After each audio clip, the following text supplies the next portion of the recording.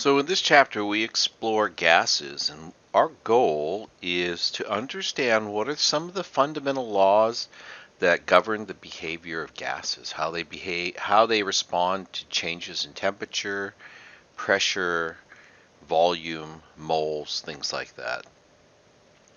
And before we get started, though, what we really need to do is understand what pressure means. And so let's get started with thinking about this diagram on the right. Now, most people have sort of intuitive idea about what force is, and force turns out to be related to pressure. So force is if you take your hand and you push it against the wall, the harder you push your hand, the more force you exert against the wall. So if you're pushing your bedroom door open, for example, that's one thing. But if your sibling is on the other side trying to keep you in or keep you out, right? Then you're both exerting a force, and one of you has to eventually exert more force for the other one to sort of win that sort of competition. So if you look at this picture on the right, what are the things that govern force? Well, for objects like liquids or solids, we usually think about force as being related to its mass. And so if you look at these four columns of liquids, I have a big column here, a very narrow one, and I have a couple of different kinds of shapes, right? Which one exerts the most force? Well, hopefully you can sort of intuit from what we've been talking about. This bigger tube has more liquid in it, so it has more mass. So the force on this tube on the right is going to be larger.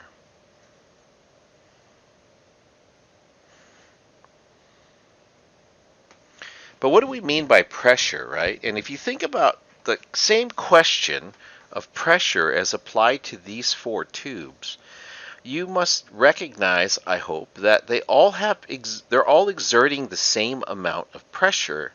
If you think about it like this, let's say this small tube was able to exert more pressure than this big tube.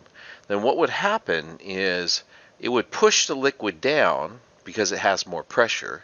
Then all the other liquids would rise. And so you'd see a discrepancy in height. So even though this tube, right, has the smallest amount of force, and this tube has the greatest amount of force, they're actually both exerting the same pressure at the bottom of the liquid.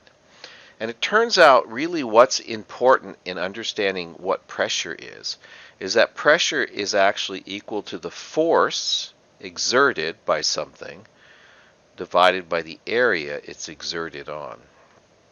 So if you've ever had a cat and you're laying down and your cat walks on you with its little tiny feet, you'll know what the difference is between force and pressure. If the cat lays on you, it doesn't feel so bad, but when your big chonky cat walks on top of you and puts his little tiny feet on you, then those feet hurt a lot sometimes, depending on where they're stepping, for sure. But that's because when they're walking on you, all the force is exerted over their feet, right? And their feet have relatively small area. On the other hand, when they lay on top of you, all that pressure is exerted over the length of their body. All that force, sorry, is exerted over the length of the body, and it creates a much larger area, right, and much less pressure. So now we have to think about, so we have sort of intuitive feel for pressure. It's a force divided by an area. If the area is small and the force remains constant, then that's going to be a lot of pressure. And these columns of liquids, right, even though this one has less force, it also has a smaller area, like the surface area, and that's the same at the bottom, right? And this one has a much larger force, but it has a much larger area along the bottom. They both exert the same amount of pressure. But now the question is, when we're talking about gases, what's exerting the force in a gas? So in a gas, if we think of the individual molecules of gas as being small spheres, right, it's the force that creates the pressure in a gas is created by the individual collisions of the gas molecules with the sides of the container. One of the things that's true about gases in general is that the molecules of a gas are constantly in motion inside the gas. And so as they're moving around inside a balloon or inside a jar, for example, or inside a soda bottle, uh, the gas molecules are flying around and they strike the surface and then rebound off, and it creates a force as it turns around and goes in the other direction. This force is technically known as an impulse. So each collision creates a small impulse, and it's the number of those collisions, right, and the force of those collisions that occur per unit area on the surface that creates the pressure. So there's a number of different units for pressure. One would be an atmosphere. And sort of to explain an atmosphere is hard because it's what you feel all the time. So you don't really know what that feels like. So I'm going to give you sort of an analogy here in just a second when I talk about some of these other units to help put that in perspective for you, what an atmosphere is. Okay. So now, but one unit that's, two units that are really common that you may have heard of. One's a Pascal. That's probably one you haven't heard, or not as many of you have heard. But it's the SI unit for pressure. Okay, the Pascal. And Pascal is actually a Newton per meter squared. And so remember when we said pressure is a force divided by an area, Newton is the unit of force. And meter square is an area. So like, a length unit square, that would be a meter squared. Now, one that makes more sense to more people in the United States is the PSI. And that's this one here. And it turns out that 1 atmosphere of pressure, so this thing that we don't quite understand, right, is 14.7 psi. Well, that's actually stands for 14.70 stands for pounds per inch squared. Now, a lot of people don't have a good idea of what an inch squared is, but I'll give you a good measure of it. For most people, I'm going to draw my thumb here. It's not really my thumb, right? But that's my thumb, and there's my thumbnail. And I have a knuckle on it that's got, that's the knuckle of my thumb, okay? This is about an inch. Now, if you take 2 of those side by side, so you just hold your thumbs up in front of you, right? And you got your wrinkly knuckle here, right? And your ugly thumbnail. So that's my left thumb and my right thumb. An inch square is about that much, okay? And I didn't draw it really square, but that's just about, like if I look at mine, it is actually pretty square to the middle of my knuckle to the tip of my thumbnail is a pretty square inch. Now, imagine how this would feel, okay? Now, a gallon of water is about 8 pounds, okay?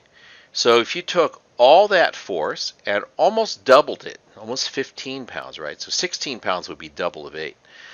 If you doubled the amount of weight of water, almost 2 gallons worth of water, and just stuck it on your thumbs, that's how much pressure you're feeling in the atmosphere right now, except you don't feel it because you're used to it all the time. All right, so you could try it. Just take the milk, jug of milk, get a new one,